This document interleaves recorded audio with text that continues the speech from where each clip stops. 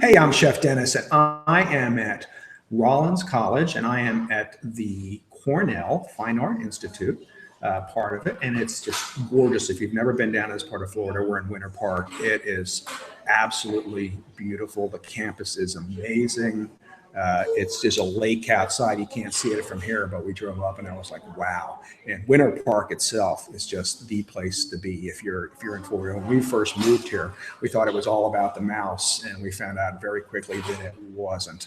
That the mouse is a nice place to visit, but there's so much more going on here, and Rollins is just spectacular. In fact, a while ago, I think they said Paul McCartney could be found wandering the streets of Winter Park because his stepson went to Rollins. So, there you go. What can I say more about that? But we're here for the Family Day at the Cornell Institute here, the Fine Art Museum, not Institute, Cornell Fine Art Museum. And they're having kids here today that are working on art projects. And I'm going to just flip the camera and show you so you can see what's going on. But here's some tables they've set up. And there's more tables outside. Actually, you can't really see them, but it's like a picnic out there, except it's about 90 degrees right now. So it's a little bit of a hot picnic. But anyway, we're a good thing. And would you like to sit down and talk a little bit about it? And I'll let you introduce yourself to the audience. Hi, everybody. I'm Louise.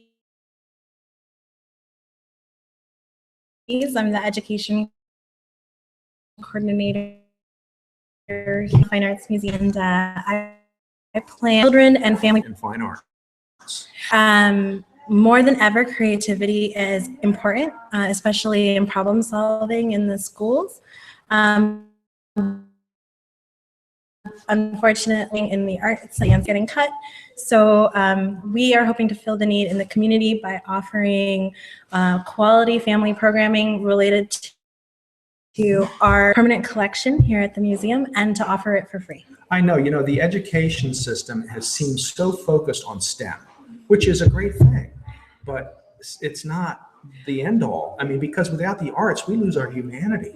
Well, it's really funny. STEM, that has been kind of the catchphrase for a long time, but last year, I was actually in students here at Rollins College, and they started calling it STEAM. Wow.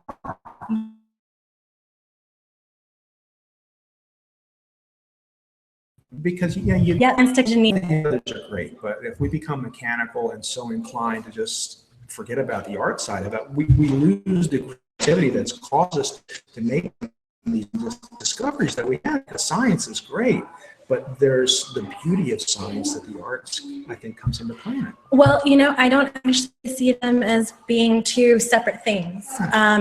Every artist is a result of choices, and the artist creates that work of art because they want to communicate an idea to the people who experience it. So whether or not it works and how it communicates to us, it's doing so visually, but it's also a kind of problem solving on the part of the artist and on the part of the viewer, because they don't actually come into contact physically with one another. They have an experience through a shared object, which is the work of art. Yes, and the art inspires them to do great things. Yes, and kids can take all the ingenuity and the way of observation, ways of analyzing what they see around them, and it doesn't have to stop with making paintings or drawings. It can be, that kind of skill set can be applied to anything in life. And inspiring children to embrace art is really the best thing you can do, because I know there was a song, I think Harry Chapin sang, it was about coloring in lines and how his teacher had made him stay within the lines and only use certain colors for certain things. But you need to teach them to embrace their creativity. Well, there's all kinds of art for all kinds of people, and we have wonderful minimalist artists here in the collection who are all about that kind of thing. Very specific shapes, very rigid lines, very precise ways of creating their artwork. And then we also have artwork that is a bit more spontaneous, or artwork that is actually something that needs other people to finish it. We had last year an artist, Ravani Neuenschwander, and her installation was a large chalkboard that she invited people to leave messages on. And the artwork was continuously changing because people would come and they would put new messages, they would draw new pictures, and then other people would come and they would erase that and then do their own thing. And so it was the act of sharing that was the artwork. That's brilliant. I like that. Yeah, I think for the little bit of arts that I know, that I'm not very talented artistically in drawing and painting, but with everything else I've learned, you start kind of freestyle, you get, you want to create, so you get that desire to create. Then you have to learn how to create. And once you learn how to create the specific rules, the guidelines, and you can do it according to how it should be done, that's when you can start exploring the other side and explore how you want to do it. I think there are some really important concepts that once you understand them, you have the framework that you need to make the message that you want. So here with the children's activities, they do things with line, color, form, so they can understand these basic building concepts. And then when they understand these things, for example, one of our activities today is called layered landscape. So the kids are constructing paper landscapes that have foreground, midground, background that they layer together so that they can see how 3 dimensions is created in a painting or in a photograph. So yeah, once you kind of understand those kinds of concepts, then you can apply your imagination to what you want to make. Yeah, you got to learn how the box is built before you start thinking outside the box so you can get out. But that's, I'm so happy to see now. What areas are we drawn from for here? Are they just winter? Well, we are open to the entire community. Most of our attendees are actually people who were a part of my CFAMily's Sunday program. Okay. Yep, but we wanted to kind of open it up to a larger audience in the community, so we expanded it into a kind of museum day for family and children. Right. Families. Now, you do this on a regular basis? We do. We do it not quite monthly, but pretty close. So we've got today's CFAMily Day. We will also be at Halloween Howl, which is a kind of open Halloween event that the entire college participates in. And it's also free. And that will be... And it's open to the general public. Yes, we get a large crowd on Halloween, during Halloween Howl, about 500, 600 people. Wow. And we run the pumpkin decorating booth every year, but we have haunted houses, we have activities, there's a costume contest. It's a fun and safe family event for Halloween. So that'll be actually October 31st. Dress up. Absolutely. We encourage the kids to dress up because you get prizes if you win in the costume contest. How about adults? Is it all right for us to... Sure. I have cat ears that I like to wear every year. Oh my God. Yes. So I think that's the spirit of Halloween. It's fun. Well, maybe we can get Kelly to drag out her rock star outfit she wore to the... It's not coming out to SeaWorld. She looked pretty good. Oh, sure.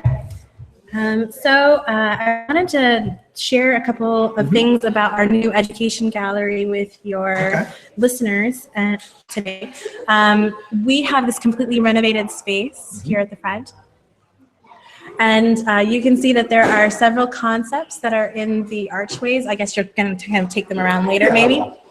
So the 4 concepts that we are playing with today. Awesome. Okay. Art can connect us. Art can tell stories. Art can symbolize ideas, and art can play with reality. So we also have little play stations. There's a drawing station, a still life station, blocks that the kids can build with, and there is a model mini museum where the kids can move works of art and make their own exhibitions. Very nice. So you're inspiring them with the works of art that are out here, Yes. and giving them some tools to have fun so they can make their own. Absolutely. Very nice. And I see some stations outside too, although the wind's kicking up. Yes, I'm hoping that, we stay dry. Outside, we're doing compass painting. So, Ooh. yeah, Very nice. it's a very simple but fun activity. Very good. Well, thank you so much for It stopping by. was a pleasure. And we'll talk to you a little bit. We're going to do a blab later on too, so don't tune in there. Bye-bye. Come on in. So, hi, how you doing today? Hi, And I'm why don't doing you fine. introduce yourself to our viewers? Hello, everyone. I'm Dina Mac, and I am the Member Services Guest Relations Coordinator here at the museum. I buy for the shop, so if you've been to the museum shop, you might have seen some of our things, our books, our gifts, educational items. Okay, but not just educational. There's some nice, I like to call them coffee table art too, kind of things, books and stuff in there. Yes. Yes. And I can say today's Kids Day, and we have a fabulous thing in the shop, which is called schwings. They're wings for your shoes. Ooh. Louise, who was here earlier on, was wearing them. So when you go around, you have to catch her tennis shoes. Oh, You have to wow. close up on her tennis So what do shoes. you do? You put them on your shoes, Yes. and it lets you take flight. Yeah. Like Absolutely. Who was the guy with the wings? Mercury. There Yeah. we go. I keep forgetting the FTD guy, Yes. not him. All right, so you have a beautiful facility here, and you're in Thank charge you. of guest relations, and that means, do you help bring people in? All of us wear so many hats, and so I feel like everybody on the team really does that. Today is a really special day because we have so many families from throughout Central Florida, families who may not otherwise have been to a museum before. Some of them, this is their first time coming to the museum. And because we have free admission, which is courtesy of Dale Montgomery, he graduated from Rollins in 1960, and so admission is free for everyone. And I think that, like any message to get out, that's a really big one. I think sometimes people can be intimidated by museums, and so to bring your kids is really wonderful because it familiarizes them with the museum experience. It gets them comfortable in museums. It gets them to ask questions about art, and really, it's a wonderful thing. It is, because I know I had absolutely no skill in that area, but I enjoyed it, and it was fun to do. And just because I wasn't Picasso's or Renoir's, I still had a good time doing it. And getting kids to just enjoy that facet of art leads them to want to enjoy real art, or art that other people have done. So I think it's a great thing, and kind of baby steps into getting them involved and making it a fun activity for them at the same time. And I don't know if Louise talked about this, but there'll be a tour today at 3:30 that's specifically geared to little ones. Oh, great. And so that's really different, I think. And What is your favorite art that's in this museum? I really don't have a favorite. I can't say I have one favorite. I really, there's so many works of art that I love. I'm trying to think of which ones. Does it here rotate in and out? now. How does the art come in? I think now I really love the exhibition that's up now. It's Jess T. Dugan, Okay. Every Breath We Drew. It's photography. The photography is very powerful. And so that exhibition, the fact that we even have that in Florida, in Central Florida, is incredible. The works that we do have here, there's European paintings from European masters. There's paintings from contemporary artists of today. How was it acquired? The acquisitions, the Cornell's been collecting for many years. It started with the Hugh and Janet McCain family. And I don't really want to go into all of the history of it. That's fine. A lot of that information you But can it's find donated. online. It's- But yeah, it's donations from people, acquisitions that we make specifically to balance out the broad scope of the collection. So we've had a lot of acquisitions from African American artists. I hear clapping. I don't know if you can hear her. Here at Cornell Fine Arts Museum. So as I look around, I see veterans of our family program. So welcome back, all of you, and I'll be sure to stop by and say hi. But for those of you who are new, I did want to kind of talk a little bit about the concept behind today's CFAMily Day.